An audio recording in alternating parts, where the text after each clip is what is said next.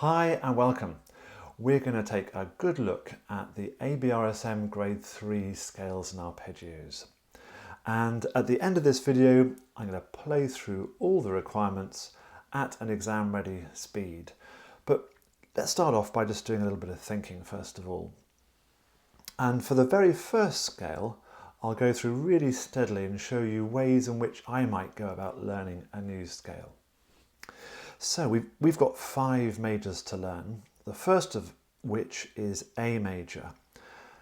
A major has 3 sharps. This is the order of the sharps, so when we've got 3 we're going to have F, C and G. F, C and G. So the first thing I might do is just find these sharps. Make sure my left hand is busy as well. I might go all the way up and down the keyboard.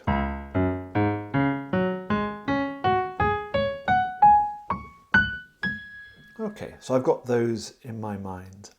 So this very first scale, A major, what I might do first of all is play it with a finger so that I'm not having to think about the fingering at all. I'm looking out for those guys. I'm using my ear. Is it a tone next or a semitone next? And I'm going to say and sing in tone the notes at the same time. It's all helping me practice mindfully, really focusing on what I'm doing. A, B, C, D, E, F, G, A. Let's head back down again. G, F, E, D, C, B, A. Okay, I've got them. I've worked out what the notes are. I might do that with my left hand as well. And then fingering. The fingering is the same as C major for this one, so this should feel comfortable, but let's just think it through. And I would suggest a really slow tempo. Something like crotchet 60.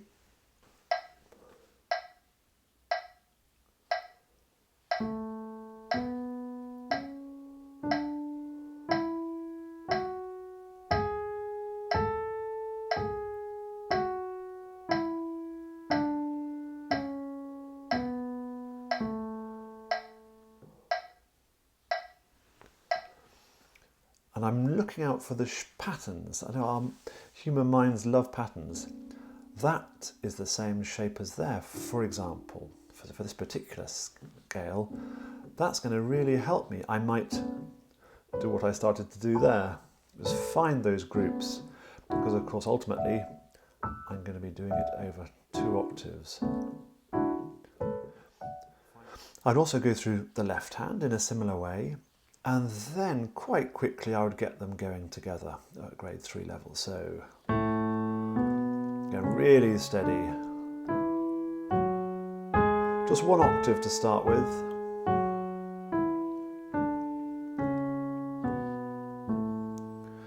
Then I might go to 2 octaves, and I quite like when you start off just hanging about a bit on the tonic note.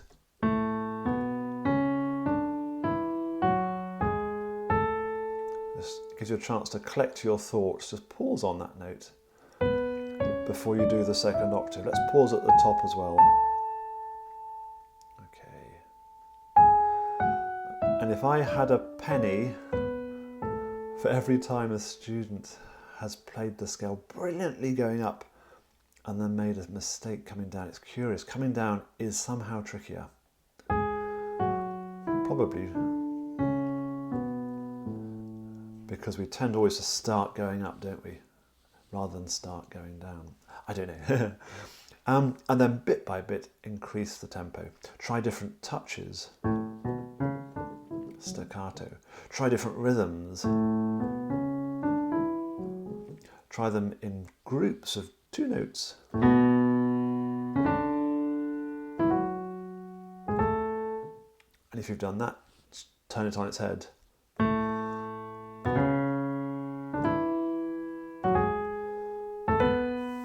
Yeah, it's all good ways of practicing. Practice it We're going to come to this in a minute anyway with this scale, but why not do them all like that? Practice one hand starting before the other, and then swap that round. Really mix it up. Improvise with A major. So all I'm going to do with this hand is a bit of pedal. I'm going to use that scale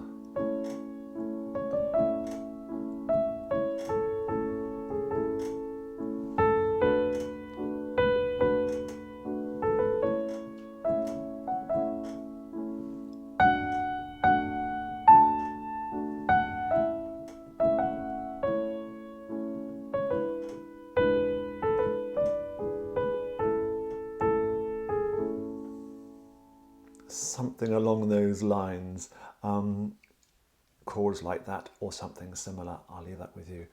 So lots of ways of really understanding a key. Now what I'm going to do now, I'm going to go through each exercise, not in so much detail as I've just done with A, and just talk through any difficulties there may be. E major is the next one. It has 4 sharps, F, C, G and D. When you know where they are, there shouldn't be too many surprises with this one, because it's the same fingering as C major.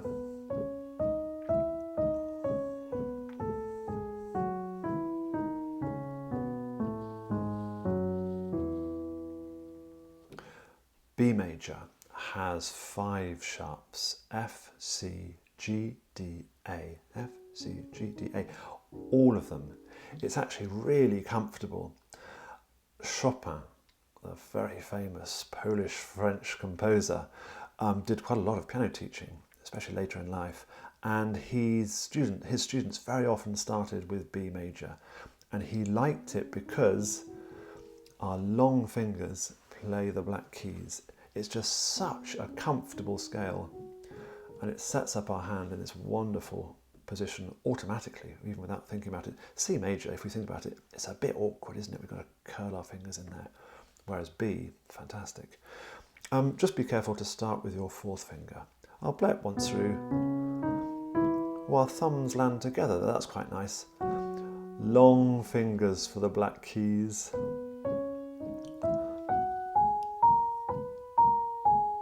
E's, thumbs together, and B's for this one. B flat major. Now then, B flat's one of those scales where we don't really start with the right finger. What do I mean? The right hand, it ought really be a 4th finger to start with. What I mean is, yeah, a 4th finger lands on the B flat. But we tend not to. We tend to use the 3rd just because it's a bit obtuse to use the 4th. Why bother? I haven't told you how many flats. B flat's got 2 flats, B and E. B and E flat. So let's think it through, both hands together. So I'm going to start with 3rd, but as I said, it's not really the right finger. So on the black key here, 4th in the left hand, 3rd in the right. That group of white ones, and now it's 4th in the right, 3rd in the left. 4th and 3rd. Let's go down.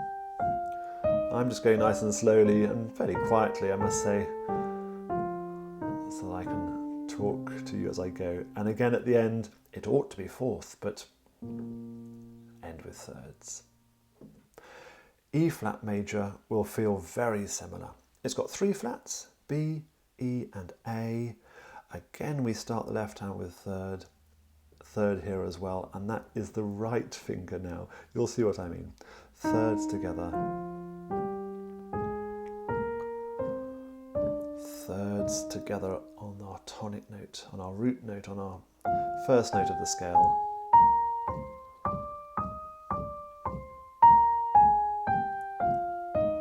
Again, nice and slow. I hope you can see clearly what's going on. There are our 5 majors. Now we have 3 minors, just 3 minors to do. Let's think them through. We can do either harmonic or melodic. I'll show you both quickly now, although I suspect most people will choose the harmonic. because it's the same up and down, whereas melodic is just a little bit more complicated on the theory side of life. So B harmonic minor. Again, like the major, we're going to start with our fourth finger there. And our thumbs are together on the E. And now this group of notes is tricky. Just do one octave for a moment. I would suggest a little bit of drooling of that. Octave higher, down, octave lower. Get familiar with that shape because it's a bit awkward. That kind of thing. Make up some little exercises. Let's keep going. Thumbs together on the tonic note.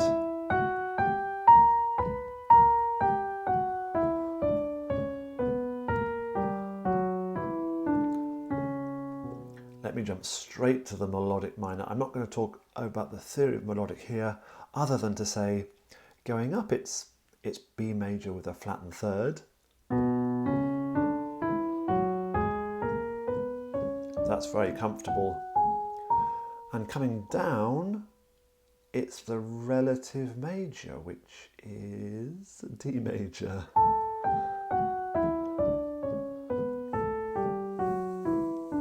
But keep going down to a B. Well, that's one way of thinking about melodic minors. Let's now look at G minor. Harmonic first of all. There we are, that minor sound. And here we've got a big leap. I sometimes imagine that there's crocodiles swimming in a ravine down there and I've got to jump over them. If that image helps you at all. Again, fingering just like C major, which is nice and comfortable, I hope it is. Going up for the melodic minor, what did we say? We said it was major but with a flattened third. Flattened third. Otherwise it's major. And the other way to think about it is those two notes, the 6th and 7th, are now flattened on the way down. I'm playing B flat major notes, aren't I? C harmonic minor. Right, C harmonic minor. Again, fingering we know well. It's just a matter of working out the black keys, where they are. That big stretch there. So don't forget it's that middle black key, that A flat that you need there. And the melodic minor.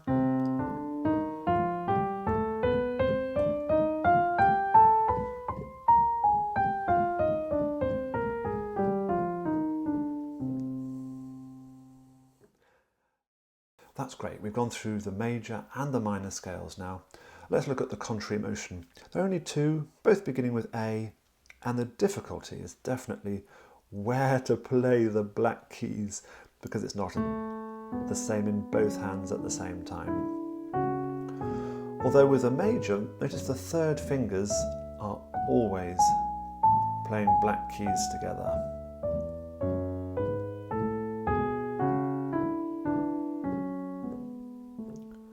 And a harmonic minor is tricky knowing, do I want that note in the left hand now? Or it's that one, isn't it?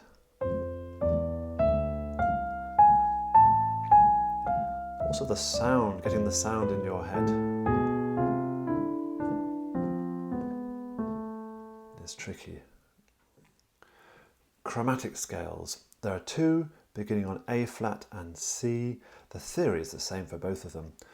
Third fingers for the black keys.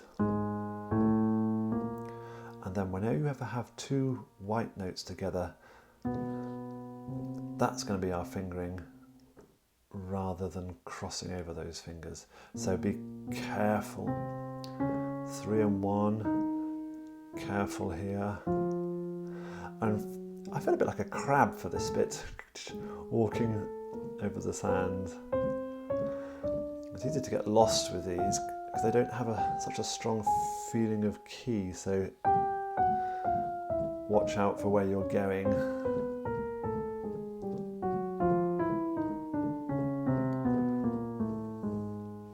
And starting on a C, it's another example of starting on the wrong finger because we tend to start with thumbs, but it ought really be second finger here, shouldn't it, if you know what I mean. Crab-like for this bit. See what I mean? It should ought really be the second finger on the C. Where am I going? I think I'm going there. And when you practice chromatic scales, I would definitely just practice the turnaround bit. It's very easy to get sort of lost and not do the turn. That's what I mean. Practice that bit. Arpeggios. There are two that we have to do hands together. A major. Third finger in the left hand. And this is all about plucking these notes from the keyboard. That's the tricky bit for the left hand there. Followed quickly by the tricky bit with the left hand. Big stretches. Notice even when I start, that finger's already sort of up there, that thumb is up there. I haven't got my hand in a closed position, but more of a spread out position. G minor feels remarkably the same because the black key is in the middle of the triad.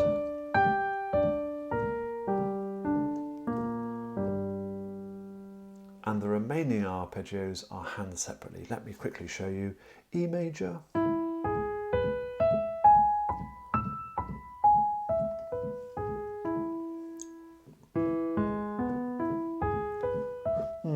That didn't feel too comfortable there. I think I should have started there.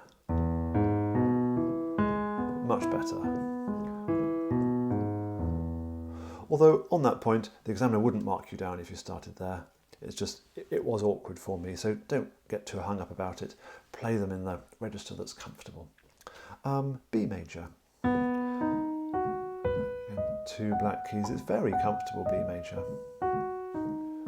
And the left hand could go there. Yeah, I like those low notes. And make sure they are even. Is every note as powerful as each other, or have I got a weak finger in there somewhere? B flat major. Again, we're starting with the wrong finger, but it's 1, 2 and 4 once you get going. And these will need a bit of drilling, working out where you're going. Go really slowly. 3, 2, 1 for the left hand, which means a third over the top when you get up to the top there. E flat, very like B flat. It's 4, 2, 1 really. Starting with the wrong finger. And the left hand, yeah, let's go here.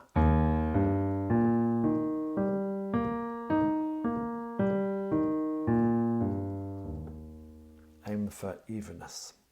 And 2 minors, B minor.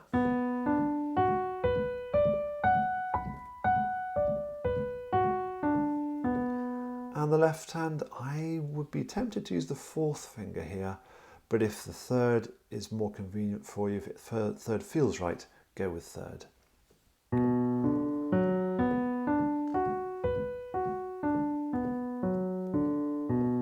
Big stretches, and finally C minor shouldn't pose too many problems. Black key in the middle.